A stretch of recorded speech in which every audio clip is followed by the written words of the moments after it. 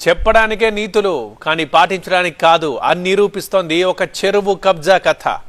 నీటిని మట్టిని దైవంగా చూసే ఈ సమాజంలో నిండా నీళ్లుండే ఆ చెరువునే మట్టితో పూడ్చేసి ఏకంగా కాలేజీ కట్టేశారు.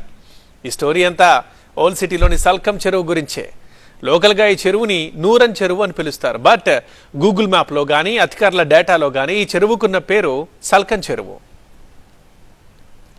సల్కం చెరువు 1979లో ఎలా ఉందో శాటిలైట్ ఇమేజ్లో మనకు చాలా స్పష్టంగా కనిపించింది. ఇంతకుముందు 2023లో తీసిన శాటిలైట్ ఇమేజ్ కూడా ఉంది, మనం చూస్తున్నాం.